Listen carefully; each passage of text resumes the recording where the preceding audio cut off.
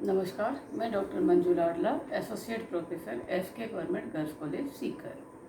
आज का हमारा टॉपिक है अमेरिका का राष्ट्रपति और ब्रिटेन के प्रधानमंत्री की हम आपस में तुलना करेंगे। दोनों की अपन तुलना करेंगे कि अमेरिका का राष्ट्रपति और ब्रिटेन का प्रधानमंत्री आपस में किस तरह से इनकी आपस में कौन ज़्यादा शक्तिशाली है, कौन कमज़ोर है। देखिए, अमेरिका में राष्ट्रपति को ही सारी शक्तियां दी गई है और वही उसका इस्तेमाल करता है। ब्रिटेन की अगर अपन बात करें तो ब्रिटेन के प्रधानमंत्री को संविधान में कोई शक्ति नहीं दी गई है, शक्तियां सारी सम्राट को दी गई है, प्रधानमंत्री उनका वास्तविक इस्तेमाल करता है। तो ब्रिटेन में कार्यपालिका का अध्यक्ष प्रधानमंत्री होता है, अमेरिका में राष्ट्रपति होता है। तो अपन देखते हैं इन दोनों की तुलना करते हैं। तुलना के आधार पर अपन निष्कर्ष निकालते हैं कि कौन से क्षेत्र में प्रधानमंत्री शक्तिशाली है और कौन से क्षेत्र में अमेरिका का राष्ट्रपति शक्तिशाली है। इसको हम 5 भाग में डिवाइड करेंगे। सबसे पहली बात है कार्यपालिका क्षेत्र में। कार्यपालिका क्षेत्र में अगर अपन बात करते हैं कि कार्यपालिका क्षेत्र में जो अमेरिका का राष्ट्रपति है वो शक्तिशाली है। यहाँ पर प्रधानमंत्री कमजोर होगा और राष्ट्रपति जो होगा वो शक्तिशाली है अमेरिका का। देखिए किस तरह से शक्तिशाली है। कार्यपालिका क्षेत्र में अगर अपन बात करते हैं तो 3 बिंदु अपन यहाँ पर लेंगे इसके अंतर्गत। सबसे पहला बिंदु अपन ये लेंगे कि इनका कार्यकाल, अर्थात सबसे पहले बात जो आती है वो कार्यकाल की आती है। अमेरिकन राष्ट्रपति का कार्यकाल 4 वर्ष होता है और ये 4 वर्ष जो होता है वो निश्चित होता है। इससे पूर्व अविश्वास प्रस्ताव लगाकर कांग्रेस इसे नहीं उठा सकती है।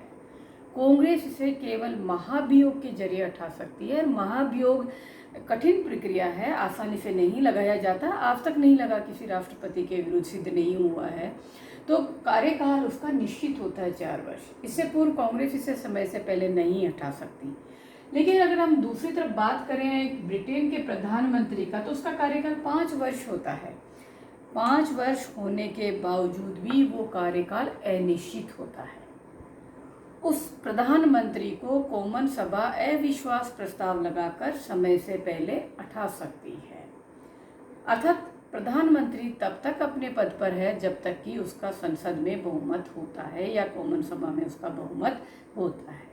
तो कार्यकाल की दृष्टि से अगर अपन बात करें कार्यपालिका क्षेत्र में, पहला बिंदु जो है अमेरिकन राष्ट्रपति का कार्यकाल निश्चित होता है और ब्रिटिश प्रधानमंत्री का कार्यकाल अनिश्चित होता है। इसी तरह दूसरी जगह अगर अपन बात करें यहाँ पर कार्यपालिका क्षेत्र में कि अमेरिका का राष्ट्रपति जो है वो राज्याध्यक्ष और शासनाध्यक्ष दोनों होता है, अर्थात शक्तियाँ उसी के नाम से दी जाती है, वही उनका इस्तेमाल करता है। तो दूसरी तरफ ब्रिटिश प्रधानमंत्री को अगर अपन देखते हैं तो ब्रिटिश प्रधानमंत्री केवल शासनाध्यक्ष होता है, शक्तियाँ संविधान में उसको नहीं दी गई है। राज्याध्यक्ष वहाँ का सम्राट हुआ करता है।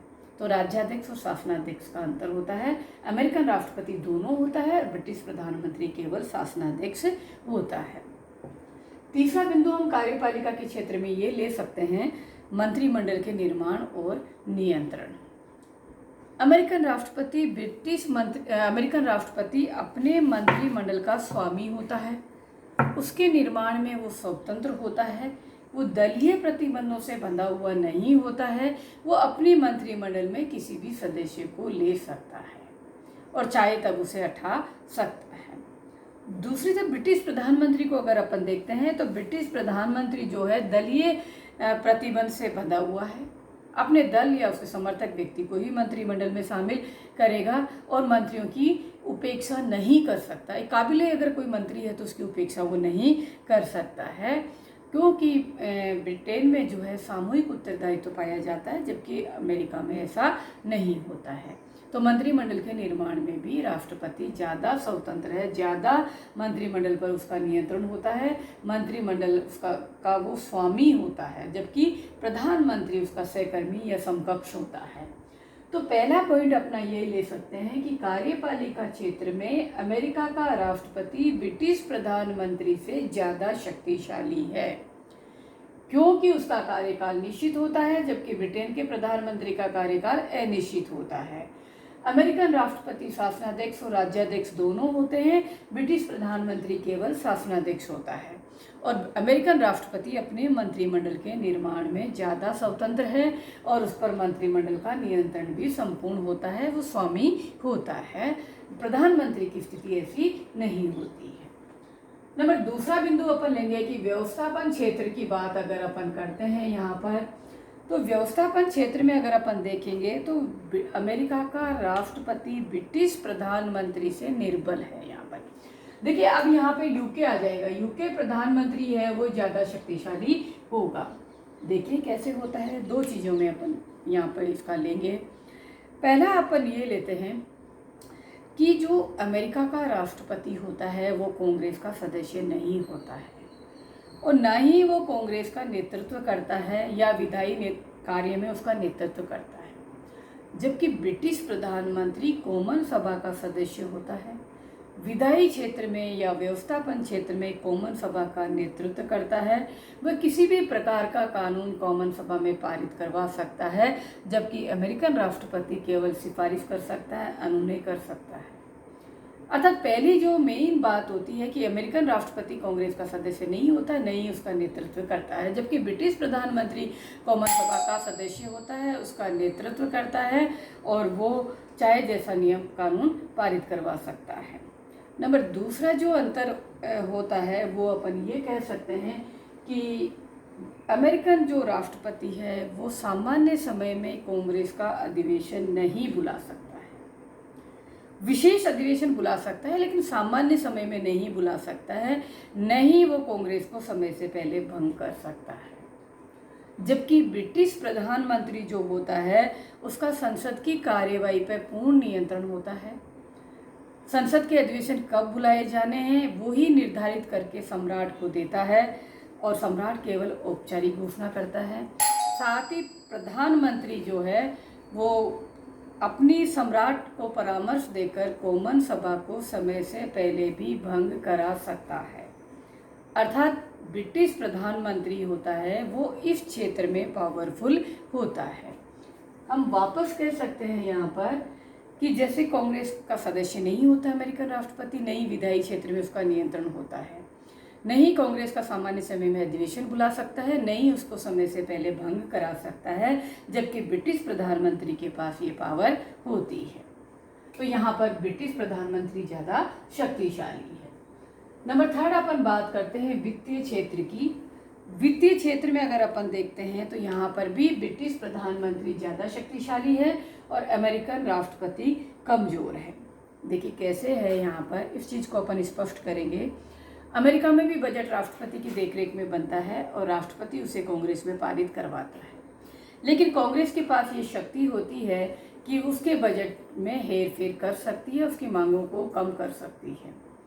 दूसरी तरफ अगर अपन ब्रिटेन की बात करते हैं तो ब्रिटेन में भी प्रधानमंत्री की देखरेख में बजट बनता है और वित्त मंत्री उसे प्रस्तुत करता है और वही उसे संसद में पारित करवाता है।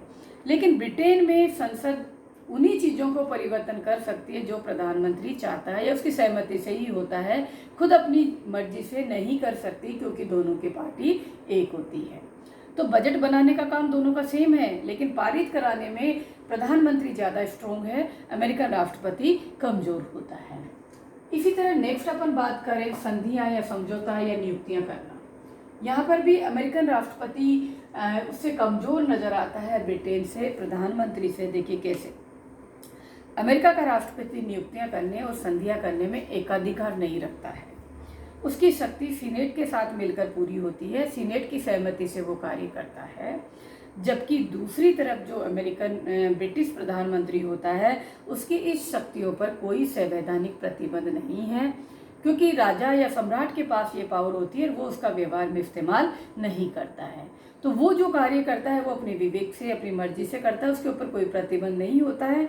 जबकि इधर राष्ट्रपति के पास प्रतिबंध होता है नियुक्तियां या संधियां करने के बारे में। इसी तरह अपन देखते हैं न्यायिक क्षेत्र में। न्यायिक क्षेत्र में भी बात करें तो यूएसए राष्ट्रपति जो है वो कमज़ोर नज़र आता है और ब्रिटिश प्रधानमंत्री शक्तिशाली है। देखिए कैसे, अमेरिका में न्यायपालिका के पास न्यायिक पुनरावलोकन की शक्ति होती है और इसके तहत अगर अमेरिकन राष्ट्रपति कोई ऐसा कार्य करता है जो संविधान के विपरीत है तो न्यायपालिका उसे अवैध घोषित कर सकती है। जबकि ब्रिटिश प्रधानमंत्री के ऊपर ये प्रतिबंध नहीं है, क्योंकि वहाँ पे न्यायपालिका के पास न्यायिक पुनरावलोकन की शक्ति नहीं होती है, इसलिए उसके ऊपर कोई संवैधानिक प्रतिबंध इस तरह का नहीं है। तो इस क्षेत्र में भी यूएस से राष्ट्रपति कमजोर है और ब्रिटेन का प्रधानमंत्री शक्तिशाली है। तो हम यहाँ पर ये कह सकते हैं कि कुछ बातों में अमेरिकन राष्ट्रपति कम और कुछ में अधिक होता है ब्रिटिश सम्राट से। कार्यपालिका शक्तियों में राष्ट्रपति सर्वोच्च होता है, बाकी क्षेत्र में व्यवस्थापन, वित्तीय, नियुक्तियां, संज्ञाओं, न्यायिक क्षेत्र में ब्रिटिश प्रधानमंत्री शक्तिशाली होता है। इस तरह हम इन दोनों की तुलना कर सकते हैं और ये निष्कर्ष निकाल सकते हैं कि कुछ बातों में कम और कुछ बातों में ज़्यादा होता है।